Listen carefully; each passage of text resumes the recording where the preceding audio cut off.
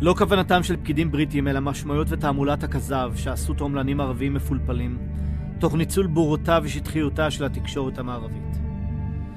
אף אדם לא האמין אז, ב-1917, שהכינוי פלסטיין, שבו השתמש הלורד בלפור הציוני לתיאור ארץ ישראל, בבוא העת ישמש כדי לרמות את העולם כולו, כאילו זו ארץ הפלסטינים הערבים.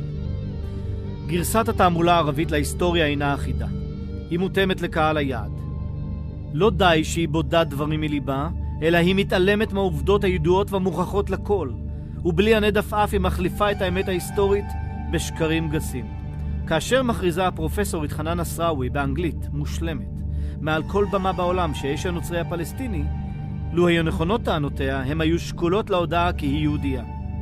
אין ספק שבקרוב גם נחזה בכך שגם התנ"ך עצמו, והברית החדשה בפרט בגרסת התעמולה הערבית, נכתב על ידי הערבים הפלסטינים המוסלמים עצמם.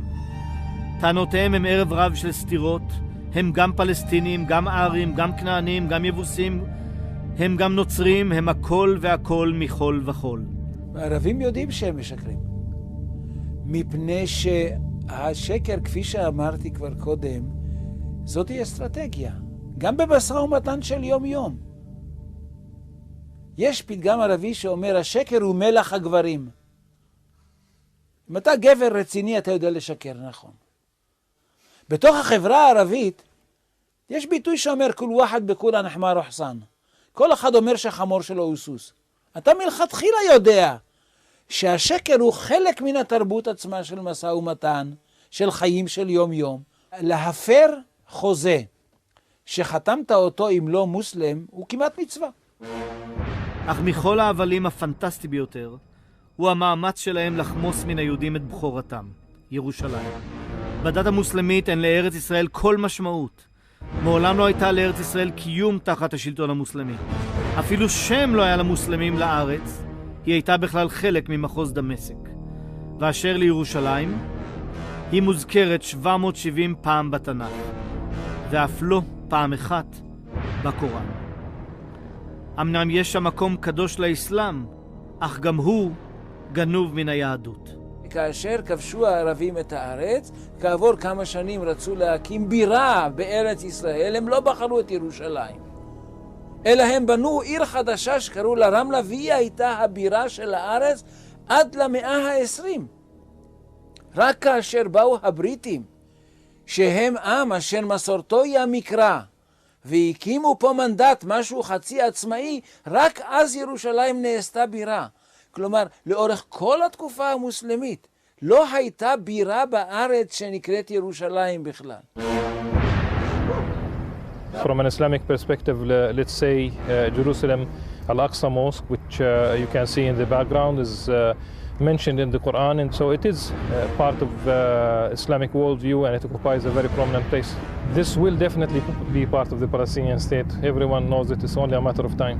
אז עכשיו כמובן ממלאים את האוויר, או ממלאים את העיתונות, או ממלאים את הספרות בסיפורי מעשיות על ירושלים כבירתה של פלסטין, דבר שלא היה ולא נברא. מדוע הוא עכשיו ישנו? מפני שאנחנו נמצאים פה.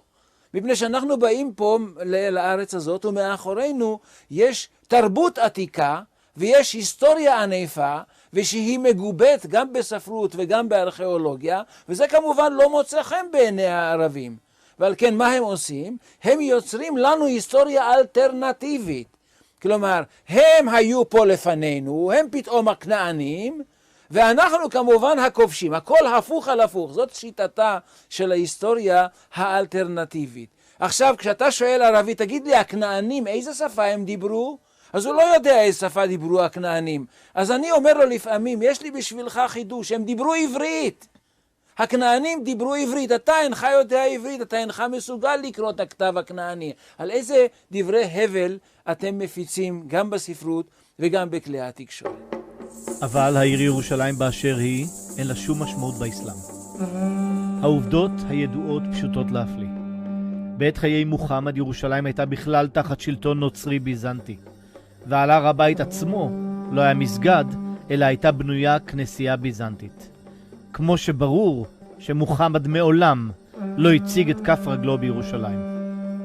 ירושלים הפכה קדושה בגלל עניין פוליטי פנים מוסלמי אחר לגמרי.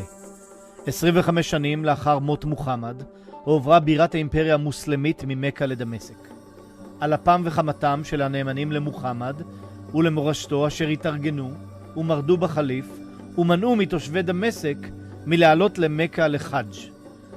החליף בדמשק חיפש תחליף, אבל רצוי היא מילה של קדושה. לפתע צד את עינו ירושלים הקדושה ליהודים ולנוצרים, אך הוא נזקק לצבוע את החלטתו בצבע איסלאמי. לשם כך נלקח אותו פסוק בקוראן המדבר על נסיעת מוחמד בלילה למסגד הקיצון, וכך הר הבית באסלאם אינו מהווה יותר מאשר סיפור בדוי שהומצא לצורך פוליטי זמני. המשחק הזה משתקף גם במעמדה של ירושלים. הרי כשלמלך חוסיין, למלך המדבר הזה, מלך אביון כמעט, הייתה בידיו הפנינה הזאת, היהלום הזה, החד פעמי, שאין כמותו בעולם, ירושלים, הוא לא עשה אותה לבירתו. הוא עשה את אמן לבירתו. למה? הרי אם אתה מסתכל היום איך הערבים מדברים על ירושלים, עם עיניים מצועפות, אחרי מכה המקום הכי קדוש בעולם. מה עשיתם עם ירושלים כשהייתה בידכם?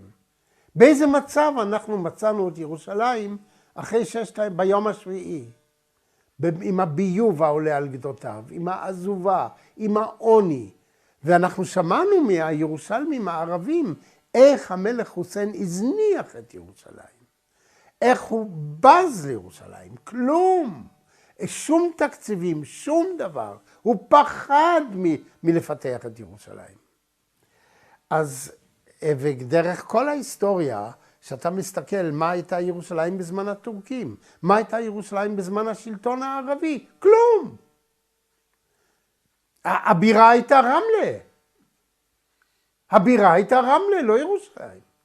אבל כשנכנסנו לירושלים, בשעריה, בששת הימים, והם ראו את השמחה הזאת, את הדגלים, את ההתלהבות, את הבכי ליד הכותל המערבי, את הצנחנים, את כל הדבר הזה, אז היצר החיקוי הזה, ג'בל ערפאת שרצה לבוא במקום הר המוריה, פתאום ירושלים על ראש שמחתם, רק כחיקוי ליהודים. אולם קדושה בדויה לצרכים פוליטיים לא תפסה. למוסלמים הייתה ירושלים מקום נידח שבנידח. אולם בימינו ונגד עינינו ניפחה התעמולה הערבית את זיקתם הדלה והשטחית של הערבים לכדי תביעה של בעלות שאינה יודעת פשרות. הגדיל לעשות המופתי של ירושלים, עיקר מסברי, שאמר ב-24 לאוקטובר 2007 שמעולם לא היה מקדש יהודי על הר הבית, והכותל המערבי הוא בעצם הקיר של המסגד. באו הערבים לארץ הזאת. הם מצאו מקום שנקרא אליה. הם בכלל לא ידעו שבמקום הזה יש ירושלים. ועד למאה העשירית קראו לה איליה. רק במאה העשירית הלך והשתרש הביטוי בית המקדש שהם שמעו אותו מן היהודים. וקראו לה בית אל-מקדס. במשך דורות רבים נקראה בית אל-מקדס, ואחרי כן בקיצור אל-קודס. גם הערבים עצמם לא התייחסו ברצינות לשטח הארץ הזה כדבר בעל חשיבות, ושזה ליבו של האסלאם כביכול. מה פתאום?